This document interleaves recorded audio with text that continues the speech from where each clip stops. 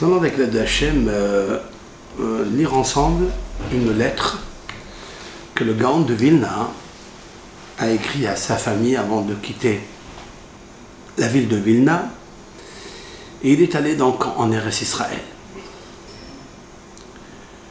Et avant de partir, il laisse une lettre à sa femme, à ses enfants. Il leur dit: ne vous inquiétez pas.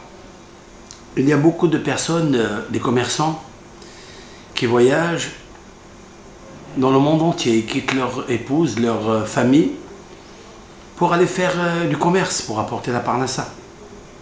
À l'époque, ça c'est pas comme aujourd'hui, où dans la même ville, on peut trouver un produit, on peut trouver une affaire pour se ressourcer, extraire des salaires pour le mois, pour subvenir à nos besoins. Mais à l'époque, il fallait monter sur des bateaux à voile, surtout, il n'y avait pas des bateaux à moteur.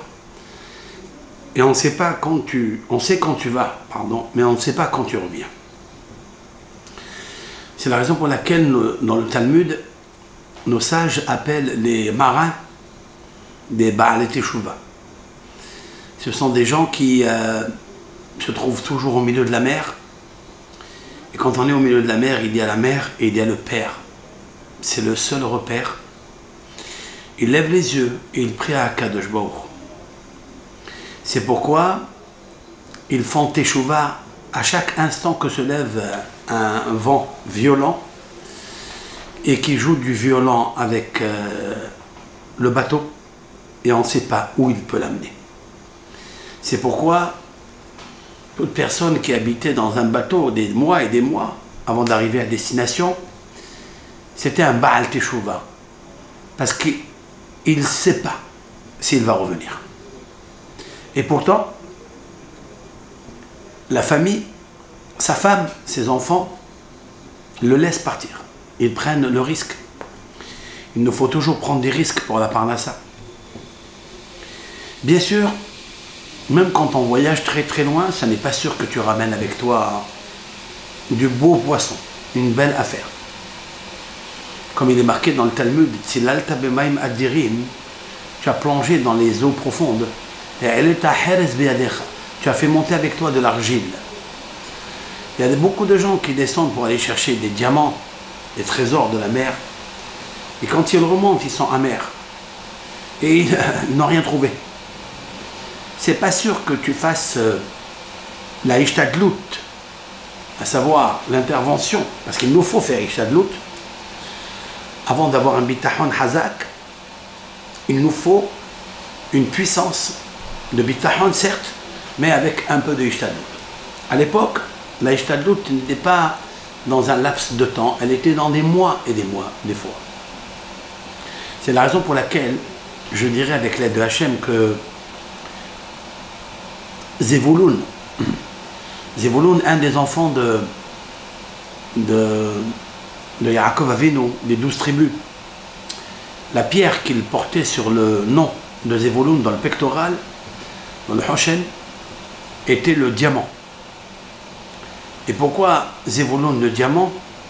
Explique Rabbeinu Behaye et Rabbi Yosef Karo, de mémoire bénie, que le diamant est porteur de gain, est porteur de chance, est porteur d'affaires. Voilà, pour ceux et celles qui veulent faire des bonnes affaires, ils doivent porter des diamants. Le diamant, c'est quelque chose de transparent, quelque chose de brillant, mais quelque chose sûr et certain, de dur, de fort. Certes que le diamant apporte quelque chose à l'homme. Donc Zevulun, qui lui, les Hof Yami Mishkon, parce qu'il habitait dans les océans, puisqu'il devait partir chercher de la marchandise dans les bateaux, et il sait quand il va partir, mais il ne sait pas quand il va revenir. C'est pourquoi l'Éternel a demandé à Moshe de lui poser sur son nom de Zevulun, de lui poser le diamant. Mais on pourrait dire avec l'aide de Hachem, c'est que, en fait, pour aller dans la mer, il fallait être quelqu'un de très ténacité. Quelqu'un qui a beaucoup de force. Quand vous commencez une affaire, on ne sait pas si elle va marcher, elle va échouer. Mais il faut se lancer, il faut prendre des risques. Et pour cela, on peut se faire aider par cette pierre qui coûte un peu cher, c'est vrai, ça dépend des carats. Les carats LZV Amar. Et donc, si c'est 24 carats, ça coûte un peu plus cher. Si c'est 2 carats, c'est 1 carat. En tous les cas, le diamant apporte à la personne et lui confère, explique Rabbeinu Behaye ben Asher, donc l'auteur du livre Rabbeinu Behaye, il lui apporte quelque chose d'extraordinaire. C'est cette ténacité. Et aussi, elle lui apporte aussi la chance de prospérer dans ses affaires. Zevouloun, c'est pas seulement dans ses affaires, il était celui qui avait le plus d'enfants. Quand la Torah a énuméré Zevouloun, et c'est ça qui est extraordinaire. Quand quelqu'un, normalement, il voyage très très loin, donc il n'est pas à la maison. Donc il y a la mitzvah de procréation qui est restreinte, qui est constamment en restriction. Alors comment ça se fait qu'il avait beaucoup d'enfants? Vous avez vu que le diamant apporte quelque chose. Il apporte à la personne qui le porte. Cependant que Rabbeinu Behaye et le Maharam al-Sheikh, 16e siècle, l'âge d'or de Safed, dans son livre Torat Moshe, Parashat qui Tetzavé, lui il dit que le diamant, c'est quelque chose qui apporte à l'homme la ténacité, certes, mais elle lui apporte aussi la toladot, les toladot, à savoir la progéniture. Et ce qui est extraordinaire, c'est que on est loin de la maison. Les Hof, Yami, Mishkon, il habite très très très loin. Et il revient à la maison et il a plus d'enfants. Pourquoi?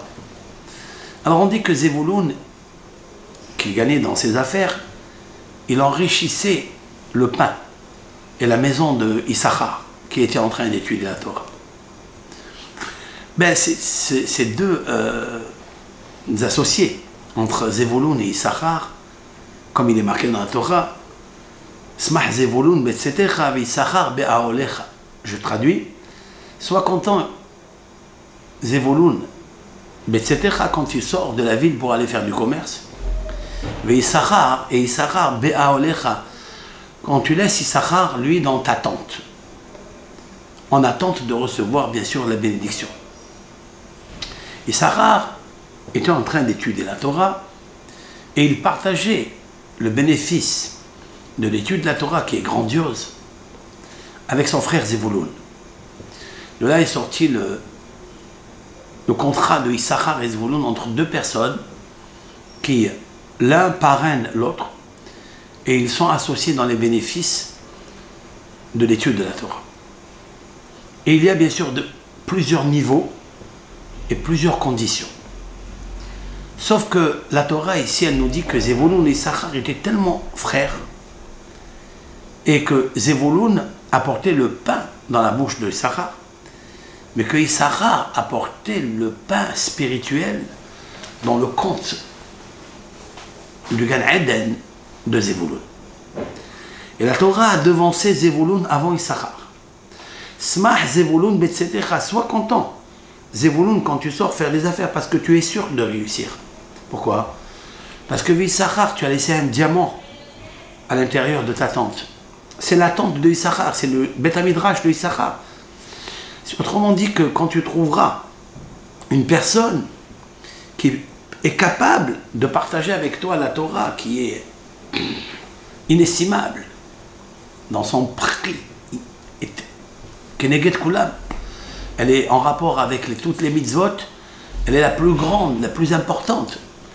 Et vous partagez avec quelqu'un, avec votre frère, vous partagez cette étude pour qu'il soit lui aussi brillant comme un diamant dans le monde de l'au-delà, par sa neshama, qui va être éclairé par l'étude de la Torah de Issachar. Ce qui m'intéresse aujourd'hui, c'est Issachar, c'est Yesh Sachar, comme disent nos sages. Yesh Sachar, il y a une récompense. Zevouloun, il sait qu'il a une récompense, celle de laisser quelqu'un dans son Beth Midrash pour aller lui faire des affaires. Et la question se pose, est-ce que Zevouloun ne peut pas s'asseoir, faire lui-même l'étude de la Torah? Bien sûr que oui, mais il ne pourra pas comme Issachar. Parce qu'on parle ici d'une personne qui a des capacités intellectuelles selon le degré de sa naissance, hein, ce que l'Éternel lui a posé comme puce intellect pour imaginer, Chokhma, Bina, Da'at, etc. Et ça, Zévoulon ne peut pas le faire comme Issachar. Issachar, lui, c'est quelqu'un, Hamor Garem, c'est l'âne musclé, c'est celui qui est capable de s'asseoir, étudier toute la journée, toute la nuit, en sachant que dans la nuit, il n'enlève pas le fardeau de lui. Même quand il dort, il réfléchit à la charge et la responsabilité qui est la nôtre de tous, des Bnei Torah, ceux qui étudient la Torah et les étudiants de Torah. Même un docteur qui travaille une demi-journée, qui étudie une demi-journée et étudie la nuit, quelle récompense il a? Il le sait en s'imbibant de ce qu'on appelle la vitalité réelle de l'existence, la Torah, pour laquelle nous avons été créés. Je voudrais faire ici une ouverture et une parenthèse en même temps, c'est que dans le couple, avec l'aide de Hachem, ben la femme c'est le Zévouloun. La femme c'est le Zévouloun et le mari c'est le Issachar. Si le mari sort à l'extérieur pour aller apporter la parnassa et on laisse à l'intérieur la femme qui s'occupe des choses matérielles que l'homme ne peut pas s'occuper, ô combien elle devrait être contente dans ce monde. Parce que quand elle quittera ce monde, Smah Zévouloun Betsetecha, Zévouloun c'est elle, c'est la femme. Mais cette femme-là, elle a besoin de Zévouloun dans la capacité, ténacité du diamant. Parce que c'est pas évident. Et donc elle doit profiter de ce diamant. Ce diamant, c'est le joyau que portait Zévouloun. Grâce à ça, cette pierre conférait à Zévouloun la richesse, la prospérité, la bracha, la parnassa. Et en fait, c'est la femme. C'est la raison pour laquelle j'ai dit une fois au nom de Rabbi Yitzhak Karo, c'est l'oncle, le tonton de Rabbi Yosef Karo, codificateur du Shulchan Aruch, qu'il a rapporté là-bas qu'un jour une femme avait la difficulté d'accoucher. Elle est arrivée au 9e mois et l'accouchement s'est très très mal passé, ce qu'on appelle dans la Gemara Hamkasha ou Hamaksha les laides, celles qui ont difficulté de mettre bas, de donner naissance à l'enfant, parce que l'utérus est fermé, elle est excitée et elle est en danger pour elle et pour l'enfant. Alors comment guérir ça? Un des professeurs, qui était gynécologue, on lui a demandé la question comment on guérit une chose pareille. Il a apporté donc un scientifique, et nos sages apprennent de tout le monde. Quel est le sage? Qui est sage? C'est celui qui apprend de tout le monde, celui qui aime la sagesse. Et ce professeur a dit que si elle porte un diamant sur elle, c'est de lui retirer immédiatement. Et c'est la raison pour laquelle ils sont allés voir, et effectivement, elle portait un diamant sur son doigt, et ce diamant, on lui a retiré, et immédiatement, comme une lettre à la poste, elle a accouché. Qu'est-ce qu'on apprend de là? On apprend de là que la pierre précieuse, diamant, empêche l'accouchement. Pourquoi? Pourquoi cette pierre, elle empêche l'accouchement? Qu'est-ce qu'elle a? Ben c'est très simple. Parce que c'est une pierre qui est donnée à Zévouloun pour avoir une ténacité, pour avoir une excitation. Vous savez, quand on est dans un bateau, il n'est pas facile de vivre dans un bateau, dans la mer, il faut être très vigilant, il faut être très, très éveillé. Et quand on est trop éveillé, il y a l'insomnie. Quand il y a l'insomnie, il y a une excitation du système cérébrospinal. Et c'est ce qui est très difficile de guérir et d'adoucir. La pierre du diamant, elle confère les deux choses. Elle garde la ténacité de l'homme sans avoir une excitation débordante, au point où tu risques de ne pas accoucher. La parnassa, les enfants. Il a eu tout. Il a eu la parnassa et il a eu la multitude d'enfants que je pense que Zévouloun a eu plus que Issachar dans les enfants.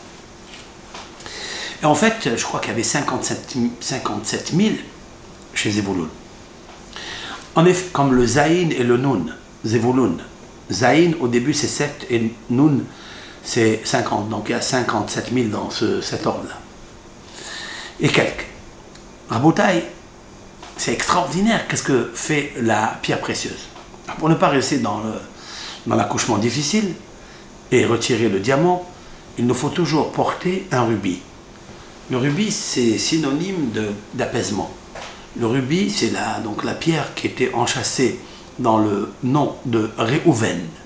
Réhouven, c'est le premier enfant de, comment il s'appelle celui-ci, le Léa. C'est celui donc de Yaakov, mais c'est le Yaakov qui pensait être avec Rachel, mais physiquement il est avec Léa.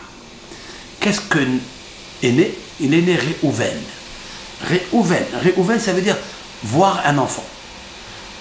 Quelle est la pierre? C'était justement le rubis. C'est la couleur rouge, comme le sang. Le rubis, c'est Réhouben. Le rubis en hébreu s'appelle Odem. Odem, Pidda ou Bareket. Odem. Aleph, Dalet même. Comme Adam. Comme les lettres qui configurent Adam, l'homme. Cela veut dire que Réhouben, lorsque Léa a accouché, elle a vu un garçon. Ra'a Adam, elle a vu un Ben, un garçon. Elle a vu Adam, elle a vu un homme. Alors je me suis posé la question, pourquoi en fait le rubis, qui est Ruben d'ailleurs, Ruben, Rubis, je pense que de là est extrait le nom de Ruben, qui veut dire le rubis. Eh bien, pourquoi il mérite cette pierre d'ailleurs, et l'homme lui-même, pourquoi il mérite d'avoir cette pierre qui s'appelle Odem? Adam. Odem, vous savez, Odem, c'est aussi œdème, les œdèmes. Les œdèmes qui apparaissent dans le corps d'une personne. Pourquoi ils apparaissent? Parce qu'il y a une excitation énorme. Quand il y a une excitation, il y a un dérangement. Tout le métabolisme change, s'excite. Et donc il y a des bifurcations dans les veines qui explosent et qui créent cet œdème-là. Ben, le rubis peut guérir les œdèmes, puisqu'il s'appelle Odem. Odem Pidda. Mais je vais traduire cela. Et pourquoi alors il apporte à la femme, à la coucher, si l'on peut dire ainsi, il lui apporte un apaisement? Pourquoi? Parce que Réhouven a dit quelque chose d'extraordinaire. Réhouven. Certes que, et c'est ça qui est extraordinaire dans la Torah, cette révélation, c'est un scoop. C'est que Yaakov Avinu dans sa tête, qui est Adam. Adam Arishon était un homme exceptionnel. Mais Adam Arishon a perdu dans son pari. Il a fait quelque chose qu'il ne fallait pas faire. Il a donc fait une chute, une fausse couche, j'allais dire, sur toute la création. Puisque plusieurs Neshamot, plusieurs âmes sont tombées dans la chute libre, chute la vie, dans une fausse couche exceptionnelle, jusqu'à aujourd'hui on supporte. La personne qui a réparé cette fausse couche, c'était Yaakov Avinu. Étant donné que Yaakov Avinu a apporté au monde 12 enfants.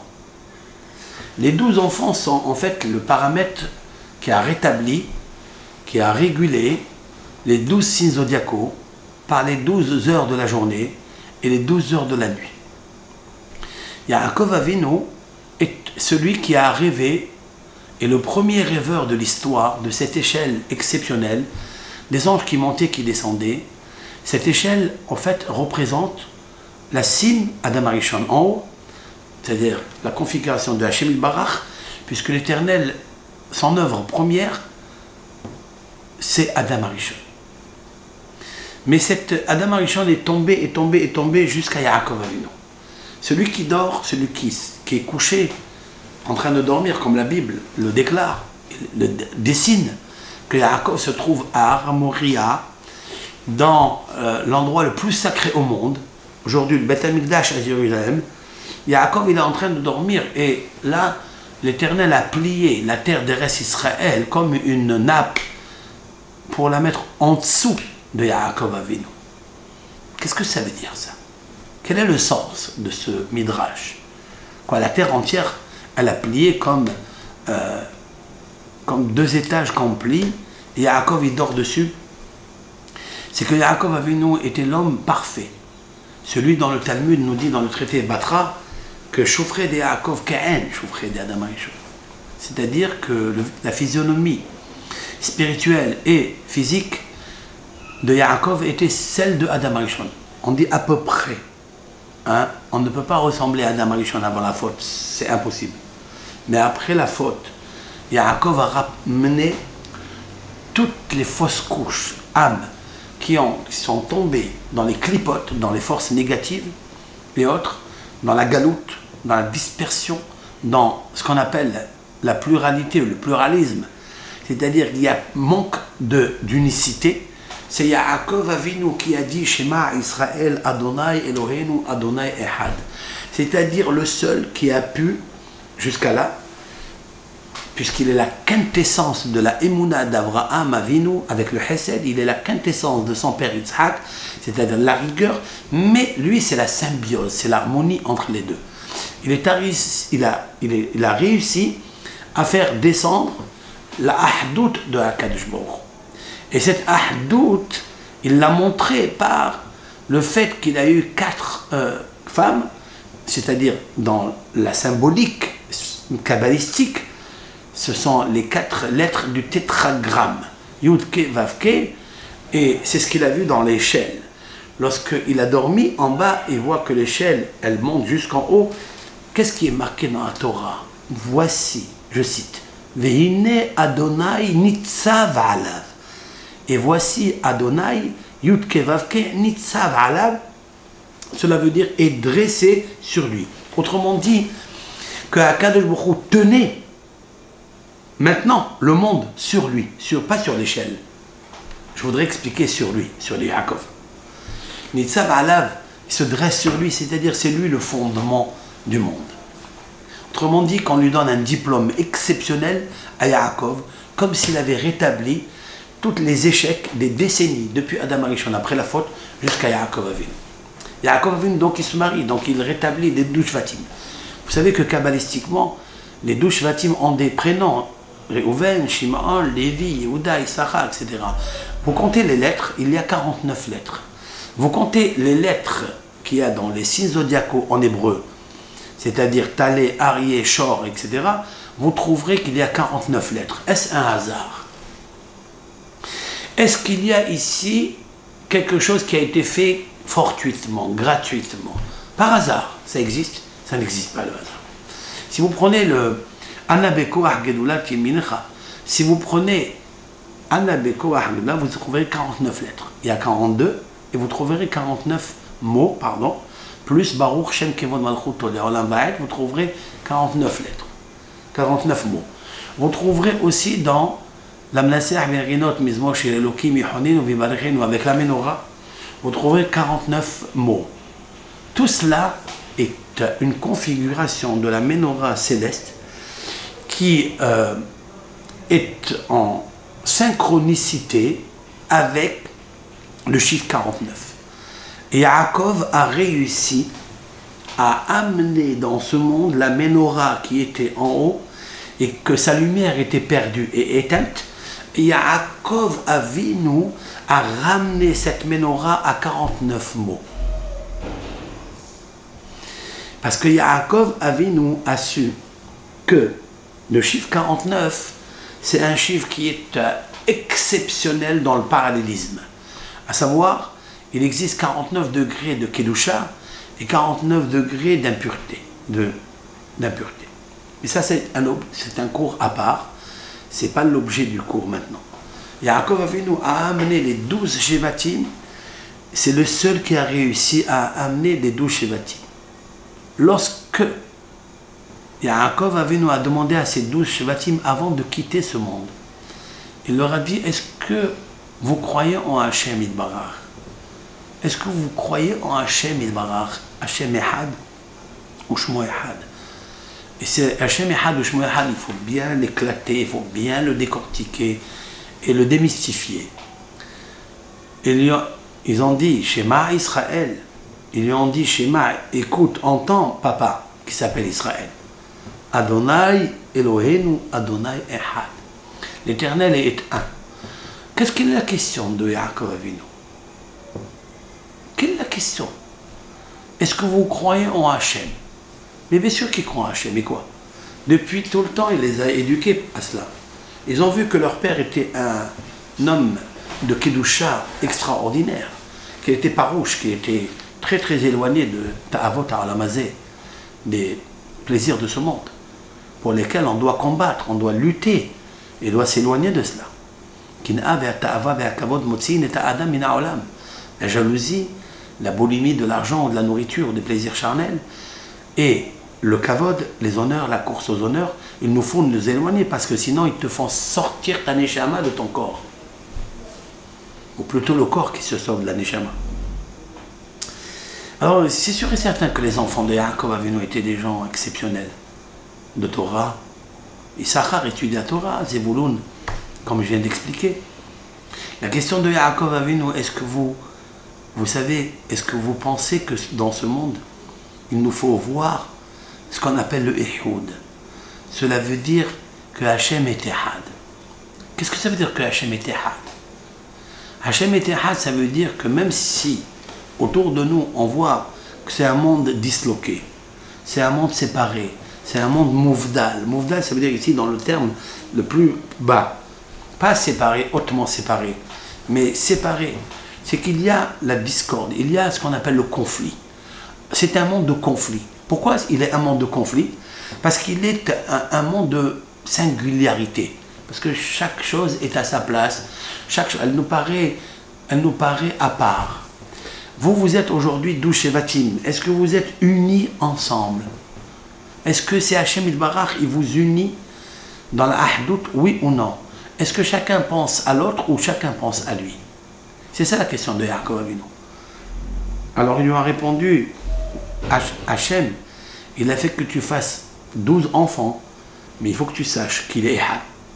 Même si tu vois un multiple d'enfants, donc on pourrait penser que c'est des caractères différents, c'est des tendances différentes, et que personne ne regarde l'autre, eh bien non. Papa, Shema Israël, Hachem Elokeinu Hachem Ehad. Le peuple d'Israël va arriver un jour. C'est pourquoi Yaakov Avinu a dit à voix basse, Baruch Shem Kevod Malchuto Le'olam Va'ed. Il a dit à voix basse. Pourquoi il faut le dire à voix basse? Parce que Baruch Shem Kevod Malchuto Le'olam Va'ed, béni soit-il le nom de sa gloire à jamais, c'est un langage que disent les anges dans le ciel. Quand ils voient Hachem Yitbarach, et eux ils sont plus proches que nous, ils sont plus intelligents que nous, parce qu'ils n'ont pas de carapace matérielle, physique, qui est l'écrin, qui fait obstruer la neshama à voir la vérité et la grandeur de majesté divine. Dans le ciel, quand ils sont devant Hachem, ils disent Baruch, Shem, Kevod, Malchuto, Le'olam Va'ed. Mais eux, ils le disent à haute voix. À haute voix, Baruch, Shem, Kevod, Malchuto, Le'olam Va'ed. Les enfants de Yaakov, quand il a écouté que ses enfants ont dit Shema Israël, Hachem Elokeinu, Hachem Echad, ça veut dire que nous sommes unis. Yaakov a eu peur que les malachim soient jaloux. Et c'est la raison pour laquelle il a dit Baruch Shem Kevod Malchuto Le'olam Va'ed à voix basse pour ne pas qu'ils entendent. Le seul jour et unique jour où nous disons à haute voix Baruch Shem Kevod Malchuto Le'olam Va'ed, c'est quel jour? C'est le jour de Kippour. Le jour de Kippour où nous ne sommes pas des êtres humains, nous sommes des anges. Puisqu'on ne mange pas, on ne boit pas, on ne s'accouple pas, on ne se frictionne pas, on ne met pas les chaussures. Donc on est des anges pendant au moins 24 heures, ou des fois 30 heures. Pourquoi? On est comme des malachim. Donc les malachim, on peut les égaler le jour de Kippour. Si tu es un ben Adam, un homme qui fait n'importe quoi de matériel, tu es attaché à la matérialité, tu es cramponné à la matérialité, et après tu fais le schéma, tu dis Baruch Shem Kevod Malchuto à haute voix. Les malachim ils disent, regardez, cet hypocrite, il fait toutes les 36 coups, et après il vient, il dit Shema Hachem, tu vas dire Baruch Shem. Tu n'as pas le droit de dire une chose pareille, donc, parce que les malachim peuvent se venger de toi, parce que tu n'es pas dans le droit. Mais si tu es dans le droit, et tu es dans le niveau, comme à Kippour, où tu dis Baruch Shem Kevod, parce que tu es malach, même un malach il te laisse tranquille. Yaakov Avinu, quand il a entendu que ses enfants ont dit Shema Israël, Hachem Elokeinu, ils ont compris pourquoi ils sont dans ce monde. C'est ce qui a perturbé, bien sûr, après la perturbation de Yosef avec ses frères. Elle a commencé par Réhouven et Yosef. Donc je reviens maintenant à ce scoop que je voulais dire. C'est que Yaakov, ici, il avait la ahdout, il avait l'attachement unique avec la mahshava, seulement avec la mahshava, la pensée à 100% avec Rachel. Et son but était de faire naître, de donner naissance à Yosef, à Tzadik, qu'il devait l'appeler Yosef. Et voilà que c'était pas Rachel, c'était Léa. Donc la pensée, elle est avec Rachel et le corps est avec Léa. Qui naît de ça? Réhouven.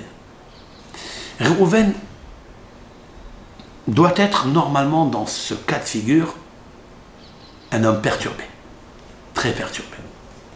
Et c'est vrai, puisque Yaakov, à la réprimande de Réhouven, il lui dit: tu es impétueux comme l'onde, tu es comme une onde, comme le gaz. Pourquoi? Qu'est-ce qu'il a fait le pauvre? Ben c'est de la faute de Yaakov, enfin de la faute de Yaakov. C'est l'action de Yaakov, la faute de Lavan, mais c'est la faute de Yaakov. Il est sorti Réhouven. Mais Réhouven va faire quelque chose d'extraordinaire à la fin. Il va sauver Yosef, à Tzadik. Réhouven, lorsque les frères ont pris Yosef, ils voulaient le tuer. Il lui aura dit, Réhouven, qui était les prémices, qui était le premier-né: Al tishpechu dam. Ne versez pas de sang. Ne versez pas de sang. Al tishpechu dam. Ne verse pas de sang. À la suite de ça, ils ont pris Yosef et l'ont jeté dans le puits. Donc Réhouven a sauvé Yosef. Réhouven mérite d'avoir le Odem. Le Odem, ce sont les lettres Dam, mais en plus avec un Aleph. Le Aleph, c'est Yosef. Le Aleph, c'est l'homme intelligent. Si on ouvre ici dans le cerveau, d'après le Baal HaTanya, Rabbi Shneur Zalman de Ladi, ce grand maître, ce grand luminaire en Torah, il a dit qu'un professeur, il lui a dit qu'ici, il y a toutes les propriétés, à savoir le souvenir, la mémoire, l'oubli, etc., ici dans le cerveau. C'est vrai, c'est marqué dans le Zohar HaKadosh, ça. Lorsque des fois on veut, par exemple, dit le Baal Tanya, on veut plancher pour comprendre quelque chose, on veut approfondir, qu'est-ce qu'on fait? On fait ça. On baisse la tête. Pourquoi? Pourquoi on n'étudie pas comme ça? Parce qu'en baissant la tête, tu vas frictionner énergiquement la partie propriété du ayoun, de l'approfondissement qui est là. Quand quelqu'un veut se rappeler quelque chose, par exemple, on lui dit: qu'est-ce que tu as eu il y a un mois? Son premier geste, c'est quoi? Vous le regardez, il fait, il lève la tête vers le haut. Pourquoi il lève la tête vers le haut? Parce que la propriété du souvenir lui recommande de lever la tête vers le haut pour qu'elle appuie, pour que par ce geste-là, il appuie énergiquement sur cette propriété. Et donc il va se rappeler. C'est phénoménal ce qu'il dit le Baal HaTanya. Ça existe. Mais en fait, le Rav Rokah, qui a précédé le Baal HaTanya, qui est le Baal Rokah, j'ai nommé Rabbi Eliezer de Garmiza, qui a vécu au XIIIe siècle, un grand maître en Allemagne, qui a écrit cela dans son livre, le Rokah, que le cerveau de l'homme, si vous l'ouvrez, vous trouverez la forme de la lettre Aleph, qu'on écrit au Sefer Torah. Yud, Vav et Yud. Vous savez qu'il y a 4 parties. Yud, Vav et Yud. Chaque partie, chaque membre a 4 côtés.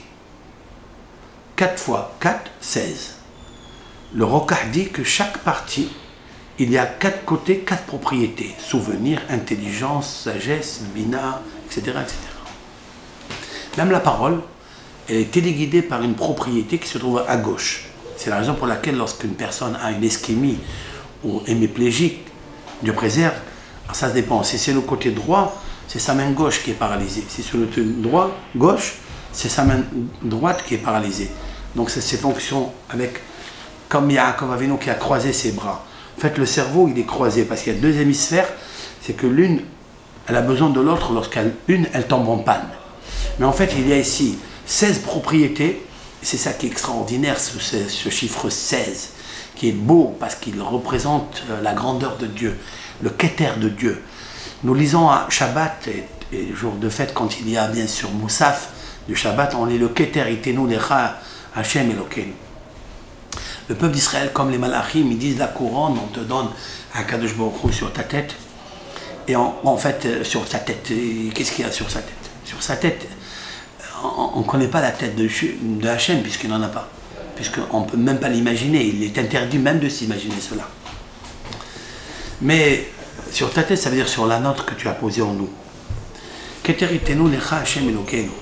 Et à la suite, on dit Aïe, mekom kevodo le haritzo. Aïe, où tu es? Où il est Hachem?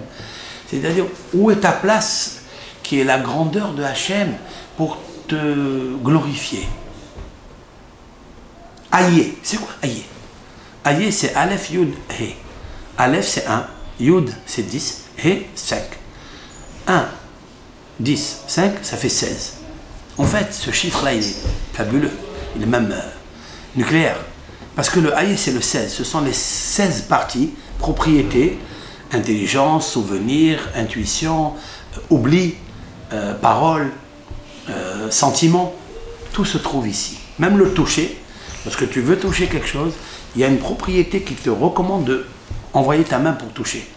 Si quelqu'un est insensible, par exemple, au toucher, ou il est insensible au goût, c'est qu'il y a une propriété qui s'est éteinte. Il nous faut la raviver par la mitzvah qui correspond à cette propriété. Et bien sûr, elle existe. Le Rav Elazar Eskari, qui a vécu, qui était, on dit, le Shamash de Ari HaKadosh, dans le Beth HaMidrash de Ari HaKadosh, il a écrit un livre qui fait la correspondance entre les mitzvot de la Torah et les membres de l'être humain. Quels sont les membres qui vitalisent la mitzvah? La mitzvah qui vitalise le membre de la Torah, de l'autre, de l'homme, quoi. Et c'est parce que chaque être était créé par une lettre qui fait apparaître la vitalité, par la mitzvah. Parce que dans chaque lettre, il y a une mitzvah. Chaque lettre peut faire une résurrection, peut faire une régénérance. La vitamine qu'elle a donnée à la naissance à cet enfant, hein, dans son membre, et grâce à la mitzvah, maintenant, au moment où tu la pratiques, au moment où tu la lumière de là, elle va là pour l'éclairer. C'est un shi'ur à part. Maintenant, ce qui est extraordinaire, c'est le haye, mais comme kevodo le haritzo. C'est-à-dire que j'ai besoin des 16 propriétés pour te louer Hachem. Je dois garder le goût intact. Je dois garder le toucher intact. Le sentiment. Quelquefois, on perd notre sentiment. Pourquoi on le perd, ce sentiment? Pourquoi? Ben parce que, en fait, le sentiment, il est relié avec la propriété. La propriété est reliée avec la mitzvah. Cette mitzvah est inactive chez toi. Tu la pratiques pas. Il faille pratiquer cette mitzvah qui correspond à la lumière, qui va donner naissance à la lumière, vitalisation de l'organe, qui est fatigué ou qui est affecté. C'est pourquoi Yaakov Avinu, lorsqu'il est né, Réhouven, il a eu très peur, très très peur. Parce qu'il sait qu'il peut faire des dégâts. Il en a fait des dégâts. Mais il a réparé en gardant la vie de Yosef sauve et intacte. C'est pourquoi Edem, c'est Adam. Et Yosef, il ressemble à Adam parce qu'il ressemble à son père. Et Adam et Yaakov et Yosef se ressemblent. Et c'est pour ça que Aïe, Aleph Yud, Adam, Yaakov, Yosef, c'est 21. Et 21, c'est Keter, c'est la couronne. C'est-à-dire la Mahshava. C'est le nom de Dieu, 21. 21, c'est la vie. Vous savez, un canari, un oiseau, il va donner naissance à un œuf. Cet œuf, si elle le couve, elle met 21 jours pour dire coucou. je suis là. Pourquoi 21 jours? Parce que 21 jours, c'est la vie. Le Ehye, Asher Ehye, je suis ce que je suis, c'est-à-dire je vis. Parce que je vivrai. Si je vis aujourd'hui, c'est que je vivrai demain. Parce que l'éternel, c'est Yudke Vavke, Hayaho Veveye. Il est, il était et il sera. C'est le chiffre 21. C'est ce chiffre qui est extraordinaire, qui est le Keter. Attahu Hashem Elokeinu. Toi, Hashem Ilbarach, tu es Attahu Hashem Ha Elokim. Toi, Hashem, tu es Elokim. C'est quoi Elokim? Ça veut dire que tu es la vie. C'est toi la nature. Et la nature ne s'arrêtera jamais parce que tu te caches derrière elle. Pour ça, on dit naturel. Naturel. Naturel. La nature, c'est elle, c'est lui, Dieu. Mais avec miséricorde. Mais cette vie-là, c'est le chiffre 21. Pour ça, le Keter, la couronne, on dit Ayem Kankodo. Yaakov Avinu, au moment où il avait le Keter, c'est-à-dire les 16 propriétés, écoutez bien, pendant l'accouplement, pendant la conception avec Rachel, il pensait faire sortir l'homme parfait, Yosef Hatzadik. Mais voilà l'histoire de la gadoute, comment elle commence, de la discorde qui commence, le pluralisme. C'est que Rouven est un et Yosef est notre. Mais il va réparer. C'est pourquoi une femme, quand elle veut accoucher, jamais le zévouloun, jamais mettre le diamant. Parce que le diamant, c'est un excitant. C'est une pierre qui est très dure, qui est très forte, qui te donne la ténacité. Et si tu as la ténacité, tu ne peux pas accoucher. Voilà pourquoi on fait une péridurale. Pour élastifier élastame, pour essayer de dilater la matrice pour que puisse sortir cet enfant. C'est-à-dire on la pique dans la moelle épinière. Et pourquoi là-bas? Parce que c'est là où le fleuve doit couler normalement de là, d'ici. Il passe par la moelle épinière, par les 18 vertèbres qui s'y manhaï. Mais si tu es excité, tu n'as pas de haïm, et tu n'as pas de haïm, tu n'as pas de vie, parce que tu es désemparé, tu es troublé, et tu ne peux pas donner la vie. Tu ne peux pas donner le bébé qui s'appelle haï, qui est la vie. Tu peux me mettre bas, tu peux donner la vie, c'est impossible. Qu'est-ce qu'on fait? On n'a pas besoin de péridurale. Tu prends un rubis, il t'aide pour ne pas avoir une fausse couche, Aleph. Deuxièmement, pour te calmer. Le Rabbi Chaim Vital a dit que quand il y avait une épidémie dans un endroit, à Damas, qu'il était d'origine de Damas, eh bien, Rabbi Chaim Vital a ordonné à toute femme de boire un rubis à dose infinitésimale dans un verre. C'est-à-dire prendre un rubis, l'écraser et le mettre dans de l'eau, le boire. Cela confère un grand apaisement pour ne pas être affecté et, comment on appelle ça, impressionné, hein, si l'on peut dire, par tout ce qui arrive à l'extérieur. Mais cette femme-là, pour qu'elle trouve, la coucher je parle, qu'elle trouve l'apaisement, elle met un rubis. Tout le temps de l'accouchement, elle met un rubis et surtout enlever l'or, le diamant de soi. Parce que l'or et diamant, l'or est un excitant, parce que c'est le veau d'or, et il apporte la colère de Dieu, et le diamant, c'est Zévouloun, il nous faut la ténacité. Et porter au contraire, porter un rubis, bien sûr il existe plusieurs sortes, il y a des rubis parfaits, la couleur elle est rouge, pas tellement rouge, elle est pas rose, elle n'est pas rouge. Bon, demandez, moi je ne suis pas un horloger, mais je ne suis pas un bijoutier, c'est pas Frojo. Hein? Eh bien, allez-y voir et trouvez cette pierre-là et la portez.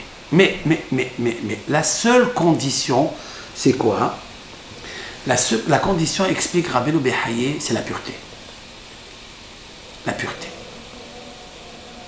La pureté, cela veut dire de ne pas être nida. Pour les femmes, pour les hommes, de ne pas être nida, de ne pas être impur. Parce que c'est contraire à Edem. Edem, c'est le dam avec Aleph. Le dam, c'est le sang, c'est la période, hein, la menstruation. C'est le dam sans le Aleph. Le dam sans le Aleph ne peut pas agir. Il nous faut mettre le Edem sur le Adam. Et le Adam, c'est quand il ressemble à Dieu, c'est-à-dire la pureté. Lorsqu'elle répare par le mikvé la faute de Hava, qui a impurifié le corps de Adam. Et lorsque tu voudras être sereine, tu voudras être bon, même pour les hommes, je parle, peuvent mettre un collier où il y a un rubis, une pierre mais à condition qu'il soit tahor, qu'il soit pur. Pour les hommes, la pureté des hommes, pour la femme, la pureté des femmes. Merci à tout le monde, voilà. Merci pour ce petit cours qu'on a fait, et bonne réception et bon appétit. Kol tov.